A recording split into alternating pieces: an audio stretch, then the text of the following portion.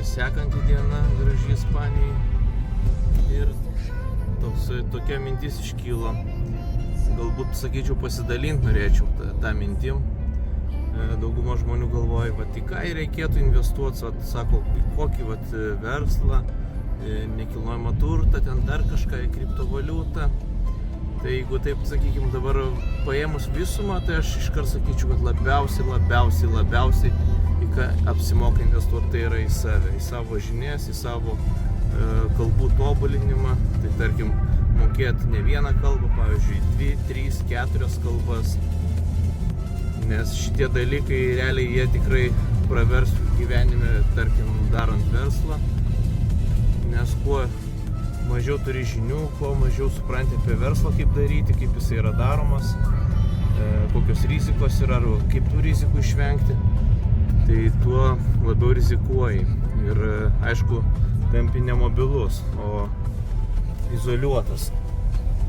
Tai reikia prisitaikyti prie situacijos, nes aš, pavyzdžiui, Lietuvoje irgi kūriau praktiškai nuo 18 metų iki dabar visada verslą dariau, visada. Niekados nebuvau kaip paprastas darbininkas. Ir atvažiavęs į Ispaniją realiai pakeičiau verslo nišas, net ne vieną iš karto.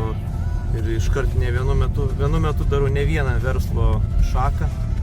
Ir tiesiog žinios, supratimas, gebėjimai, nebijojimas rizikuoti, užsimti tokiais dalykais, tada tu ir pradedi kažką galvoti, idėją daryti. Nes jeigu atvažiuosi su praktiškai be bagažo žinių, tai ar tu būsi Lietuvoje bumbukas, ar būsi Ispanijai bumbukas, tu visi liksi bumbukas. Tai o žinias išsivežti gali. Tai aš labai sėkmingai žinias išsivežiau ir prisitaikiau ir adaptavausi prie visos situacijos ir viskas toliau, kaip sakoma, juda. Tai tokia situacija. Tai čia šitą mintį norėjau su visais pasidalinti.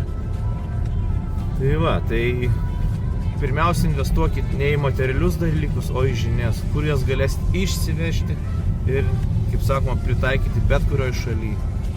Tai tokia situacija. Ką jūs patys mano, tokia nuomonė mano?